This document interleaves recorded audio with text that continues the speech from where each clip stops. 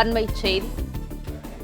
உதகையில் ஆளுநர் RN ரவி ஏற்பாடு செய்துள்ள மாநாட்டை தமிழக அரசின் பல்கலைக்கழகங்களின் துணைவேந்தர்கள் ஒட்டுமொத்தமாக புறக்கணிக்கின்றனர்.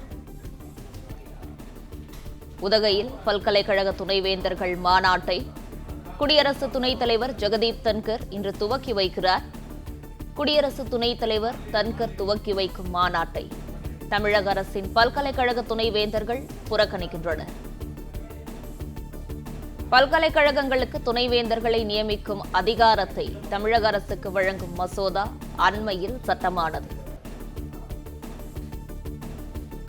உதகையில் ஆளுநர் RN ரவி ஏற்பாடு செய்துள்ள மாநாட்டை தமிழக அரசின் பல்கலைக்கழகங்களின் துணைவேந்தர்கள் புறக்கணிக்கின்றனர்.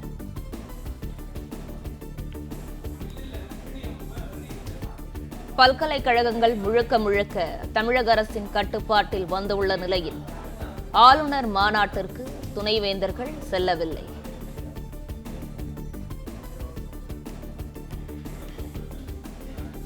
உதகையில் பல்கலைக்கழக துணைவேந்தர்கள் மாநாட்டை குடியரசு துணைத் தலைவர் ஜெகதீப் தன்கர் இன்று துவக்கி வைக்கிறார்.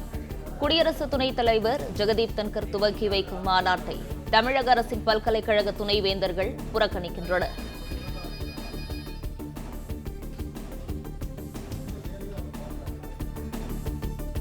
துணைவேந்தர்கள் இல்லாத பல்கலைக்கழகங்களின் பதிவாளர்களும் ஆளுநர் ரவியின் மாநாட்டை புறக்கணிக்கின்றனர். இதுகுறித்தான முழு விவரங்களை வழங்குகிறார் செய்தியாளர் ராஜகுமரன். விவரங்கள்.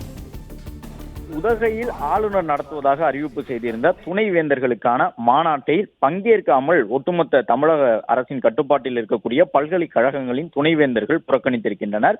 ஊட்டியில் இன்றும் நாளையும் அந்த துணைவேந்தர்கள் மாநாடு நடைபெறும் என்ற அறிவிப்பினை ஆளுநர் மாளிகை தரப்பிலிருந்து வெளியிட்டிருந்தார்கள். ஆனால் கடந்த வாரத்தில் ஒரு முக்கியமான தீர்ப்பில் உச்சநீதிமன்றம் ஆளுநர்களை அதிகாரம் தொடர்பாக பிறப்பித்த அந்த உத்தரவிலே துணைவேந்தர்களை நியமிக்கக்கூடிய அதிகாரம் முதலமைச்சருக்கு வழங்கப்படுவதாக தமிழ்நாடு சட்டமன்றத்தில் நிறைவேற்றப்பட்டிருந்த சட்ட முன்வடிவுக்கு ஒப்புதல் கொடுத்திருந்தது. அது மட்டுமல்லாமல் பல்கலைக்கழகங்களுடைய துணைவேந்தராக இனிமேல் தமிழக முதலமைச்சர் தான் செயல்படுவார் என்று தமிழ்நாடு அரசினுடைய அமைச்சர்களும் உயர்கல்வித்துறை அமைச்சர் உள்ளிட்டவர்களும் கூறி வந்தார்கள்.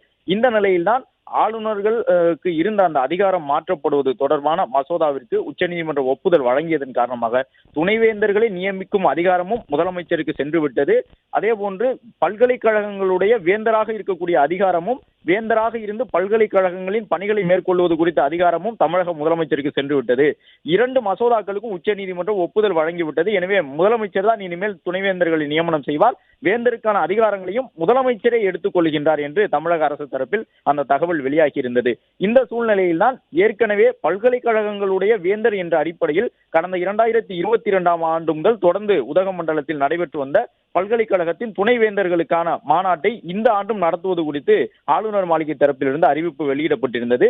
இன்றும் நாளையும் நடைபெறக்கூடிய அந்த துணைவேந்தர்கள் மாநாட்டில் தமிழக அரசினுடைய கட்டுப்பாட்டில் இருக்கக்கூடிய உயர்கல்வித்துறையினுடைய 13 பல்கலைக்கழகம் மற்றும் கால்நடைத்துறை உள்ளிட்ட பல்வேறு துறைகள் வசம் இருக்கக்கூடிய 8 பல்கலைக்கழகம் என கிட்டத்தட்ட 21 அரசு பல்கலைக்கழகங்களுடைய துணைவேந்தர்கள் அந்த மாநாட்டில் பங்கேற்பார்கள் என்ற நம்பிக்கையோடு தமிழ்நாடு ஆளுநர் தரப்பில் அந்த மாநாட்டை ஏற்பாடு செய்திருந்தார்கள். அது மட்டுமல்லாமல் பல்வேறு தனியார் மற்றும் நிகர்நிலை பல்கலைக்கழகங்களுடைய வேந்தர்களுக்கும் கல்வியாளர்களுக்கும் ஆளுநர் மாளிகை தரப்பிலிருந்து அழைப்பு விடுக்கப்பட்டு இந்த துணைவேந்தர் மாநாடு ஏற்பாடு செய்யப்பட்டிருந்தது. ஆனால் இந்த மாநாட்டை ஒட்டுமொத்தமாக தமிழ்நாடு அரசினுடைய உயர்கல்வித்துறை உள்ளிட்ட அந்த துறைகளின் கட்டுப்பாட்டில் இருக்கக்கூடிய துணைவேந்தர்கள் புறக்கணித்திருப்பதாக தற்போது இந்த தகவல் வெளியாகி இருக்கின்றது. இன்று பிற்பகல் துணைவேந்தர் மாநாடு தொடங்கும். குடியரசு துணைத் தலைவர் ஜெகதீப் தன்கர் அதை தொடங்கி வைப்பார் என்று சொல்லப்பட்டிருந்த நிலையில் இதுவரை எந்த ஒரு துணைவேந்தரும் நெல்லை மனோன்மணியம் சுந்தரனார் பல்கலைக்கழக துணைவேந்தராக இருந்தாலும் சரி, திருச்சி பாரதிதாசன் பல்கலைக்கழகத்தினுடைய துணைவேந்தர், சேலம் பெரியார் பல்கலைக்கழகம் என்று தமிழகத்தில் இருக்கக்கூடிய அனைத்து பல்கலைக்கழகங்களுடைய துணைவேந்தர்கள் அனைவருமே தங்களுடைய சொந்த ஊர்களில் தான் தற்போது இருக்கின்றார்கள். யாருமே ஊட்டிக்கு செல்லவில்லை. அது மட்டுமல்லாமல் நெல்லையினுடைய துணைவேந்தர் எல்லாம் ஊட்டிக்கு புறப்பட்டு அதன் பிறகு பாதி வழியில் திரும்பி வந்து விட்டார் என்றெல்லாம் சொல்லப்பட்டிருக்கின்றது. அந்த அடிப்படையில் பார்த்தோம் என்றால் இந்த துணைவேந்தர்கள் மாநாட்டில் யாருமே பங்கேற்கவில்லை துணைவேந்தர்கள் என்ற அடிப்படையில் என்ற தகவல் தற்போது கிடைக்கப்பட்டிருக்கின்றது. ஜெகதீப் தன்கர் குடியரசு துணைத் தலைவர் அவர்கள் உதகையில் நடைபெறக்கூடிய இந்த 2 நாள் துணைவேந்தர் மாநாட்டை தொடங்கி வைப்பார் என்று சொல்லப்பட்டிருந்தது. ஏற்கனவே இந்த துணைவேந்தர் மாநாடு தொடர்பான அறிவிப்பை பொறுத்தவரை தமிழ்நாடு அரசுடனான ஒரு மோதலாக அது பார்க்கப்பட்டது. ஆனால் இது 2022 முதல் பின்பற்றப்பட்டு வரக்கூடிய ஒரு நடைமுறைதான் என்ற அடிப்படையில் இதை ஒரு மோதலாக பார்க்கக்கூடாது, இது வழக்கமான கல்வி சார்ந்த அணுகுமுறைதான் என்று ஆளுநர் மாளிகை தரப்பில் விளக்கம் அளித்திருந்தார்கள். என்றாலும் இந்த மாநாட்டை தற்போது துணைவேந்தர்கள் புறக்கணித்துள்ளனர். விவரங்களுக்கு நன்றி ராஜகுமரன். பிளே ஸ்டோர் மற்றும் ஆப் ஸ்டோரில் இருந்து பாலிமர் செயலியை QR கோடு மூலம் பதிவிறக்கம் செய்யுங்கள். செய்திகளை உடனுக்குடன் பெறுங்கள்.